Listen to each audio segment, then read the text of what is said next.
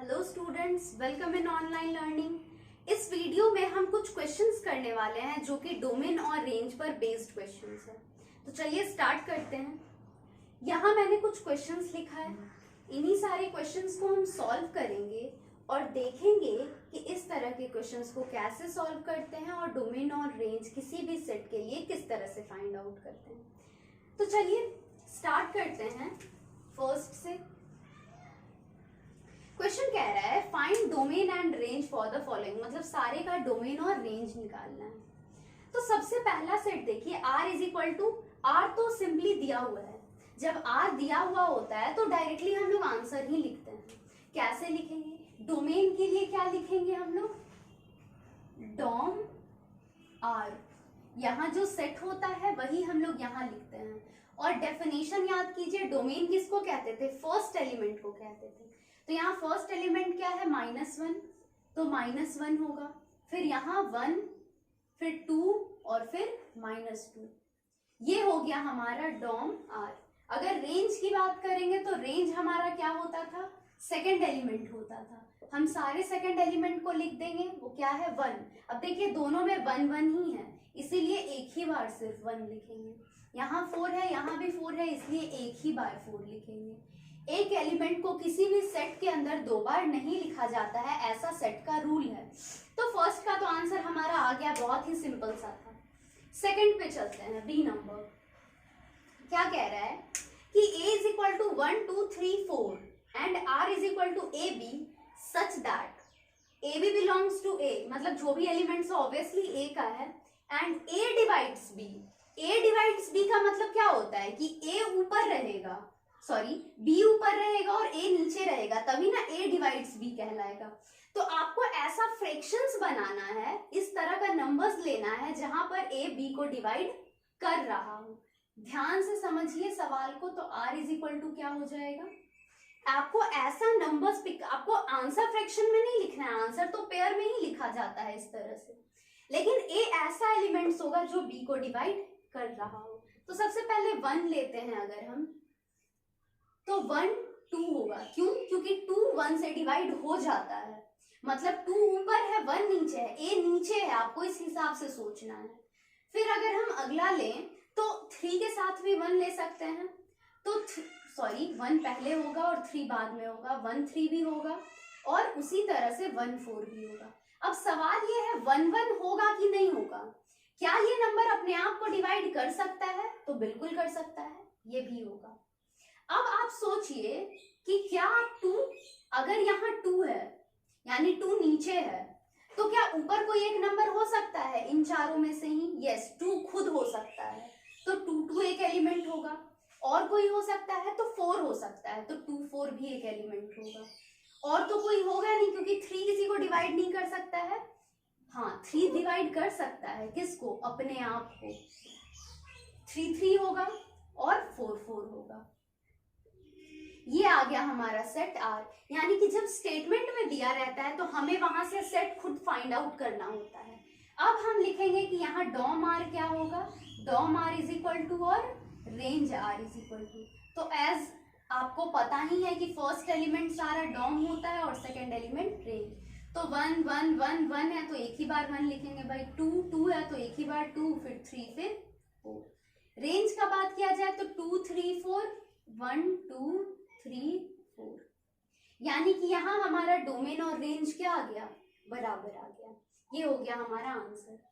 अगर हम सी नंबर में आए तो देखिए क्या कह रहा है, a और a का ही क्यूब लिखना है।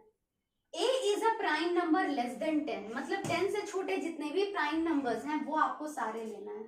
आपको पता होगा कि प्राइम नंबर हम उन नंबर्स को कहते हैं जिसका कोई भी इटसेल्फ और 1 के अलावा डिवाइजर्स नहीं होता है। तो देखिए सबसे पहले तो r इज इक्वल टू क्या हो जाएगा? 1 लेंगे, जो भी नंबर लेंगे उसका क्यूब लिखेंगे और 10 से छोटा होना चाहिए। तो सबसे पहले तो 1 ना तो प्राइम है और ना ही कंपोजिट है, वो नहीं ले सकते हैं। 2 प्राइम नंबर है, बिल्कुल है, तो यहाँ 2 लेंगे तो यहाँ क्या हो जाएगा? 8, क्योंकि 2 का क्यूब कितना होता है? 8। 3 ले सकते हैं, बिल्कुल ले सकते हैं, 3 और 27 हो जाएगा। 4, क्या 4 प्राइम नंबर है? नहीं, 4 कंपोजिट नंबर है, तो 4 नहीं ले सकते हैं। 5 ले सकते हैं तो यहाँ 5 हो जाएगा, यहाँ 125 हो जाएगा क्योंकि क्यूब लेना है। 6 बिल्कुल नहीं ले सकते हैं। 7 ले सकते हैं तो 7 और 343। 8 नहीं ले सकते हैं। 9 नहीं ले सकते हैं। 10 नहीं ले सकते हैं। तो ये हमारा सेट बन गया। अब यहाँ हम लिखेंगे dom R is equal to और range R is equal to. तो आपको हमेशा इस बात का ध्यान रखना है कि पहले आप सेट सही सही बना लें। तो इससे पहले ये जरूरी है कि सेट में जो भी लैंग्वेज लिखा हुआ है वो आपको प्रॉपरली समझ में आए कि भाई सेट में क्या सवाल पूछा जा रहा है, हमें किस तरह का सेट लेना है। तो यहाँ से हमें ये समझ में आया कि एक हम जो भी वैल्यू लेंगे उसका क्यूब यहाँ पर लिखना है, तो हमने उस तरह से सेट ले लिया। तो डॉम क्या होगा, फर्स्ट एलिमेंट 2 3 5 7, 2 3 5 एंड 7। उसी तरह से रेंज क्या होगा, 8 27 125 343, 8 27 125 343। ये हो गया हमारा रेंज। अब आते हैं डी नंबर पर। डी क्या कह रहा है, ये ए है, A B such that B is equal to, B का वैल्यू आपको निकालना है इस फॉर्मूले के जरिए।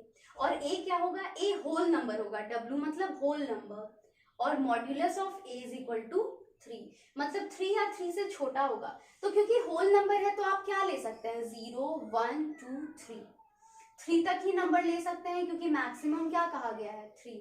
तो चलिए स्टार्ट करते हैं। r इज इक्वल टू क्या हो जाएगा, a हमने ले लिया मान लीजिए 0, तो b की वैल्यू क्या आएगी, 1 माइनस 0 माइनस 1 क्या होगा, -1, लेकिन मॉड्यूलस के कारण वो क्या हो जाएगा, पॉजिटिव। देखिए एक वैल्यू यहाँ निकालते हैं, b इज इक्वल टू क्या हो जाएगा, a का वैल्यू अगर हम लोग 0 लिए हैं तो 0 -1, तो इसको अगर हम सॉल्व करेंगे तो ये हमारा आ जाएगा -1। और मॉड्यूलस में कोई भी नंबर जब बाहर निकलता है तो वो पॉजिटिव बन जाता है, तो 0 और 1 हो जाएगा, सॉरी स्मॉल ब्रैकेट होगा। अगला अगर हम 1 लेते हैं तो 1 माइनस 1 तो एज ऑब्वियस 0 होता है। अगर हम 2 लेते हैं तो 2 माइनस 1 कितना होता है, 1।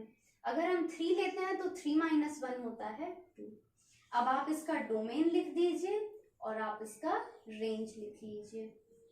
Range of r is equal to 0 1 2 3, ये हो गया हमारा डोमेन, और रेंज हो गया 1 0 1 2 1 0 2, ये हो गया हमारा आंसर। अब एक लास्ट बचा है हमारा ई नंबर, तो वो हम यहाँ पर सॉल्व करते हैं। क्या होगा, r इज इक्वल टू, देखिए a is equal to B square, मतलब आप जो भी b का वैल्यू लेंगे उसका जस्ट स्क्वायर a होना चाहिए। तो चलिए आपको पहले b लेना है, क्योंकि देखिए a is equal to B square, b का वैल्यू पहले लेना है। तो नेचुरल नंबर है और 5 होगा या 5 से छोटा होगा, तो 1 2 3 4 5। तो सबसे पहले अगर हम 1 लें तो 1 का स्क्वायर भी क्या होता है, 1। अगर हम 2 लें तो 2 का स्क्वायर कितना होता है, 4। अगर हम 3 लें तो 3 का स्क्वायर होता है 9। अगर हम 4 लें तो 4 का स्क्वायर होता है 16, और अगर हम 5 लें तो 5 का स्क्वायर होता है 25। देखिए a पहले लिखा जाता है, इसीलिए a यहाँ स्क्वायर वैल्यू लेना है, तो इसीलिए मैं a को बाद में लिख रही हूँ, क्योंकि जो भी b का वैल्यू हम ले रहे हैं उसका जस्ट स्क्वायर हम लोग को a पर पुट करना है। अब आप इसका डोमेन और रेंज लिख सकते हैं, डोम ऑफ r और range r is equal to, यहाँ पर हो जाएगा 1 4 9 16 और 25, और यहाँ पर हो जाएगा 1 2 3 4 एंड 5। ये हो गया हमारा डोमेन और रेंज पर बेस्ड क्वेश्चंस। तो इस तरह के और भी क्वेश्चंस आप अलग अलग बुक से लेकर सॉल्व कर सकते हैं। अब क्योंकि आप सीबीएसई, जैक या आईसीएसई जो भी बोर्ड्स दे रहे हैं उसके अकॉर्डिंग ही आप बुक प्रेफर करें। बट मेरा स्पेशली ये प्रेफरेंस होता है कि आप साइड बुक्स अगर प्रेफर करते हैं पहले तो वो ज़्यादा बेहतर होता है, क्योंकि उसमें क्वेश्चंस टॉपिक वाइज दिए होते हैं। वहीं अगर आप एनसीईआरटी उठाकर अगर डायरेक्ट बनाएंगे तो वहाँ क्वेश्चन मिक्सअप रहता है, टॉपिक वाइज वो डिस्ट्रीब्यूटेड नहीं रहता है।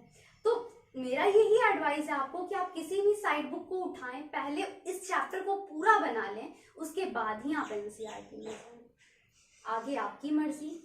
Thanks for watching the video.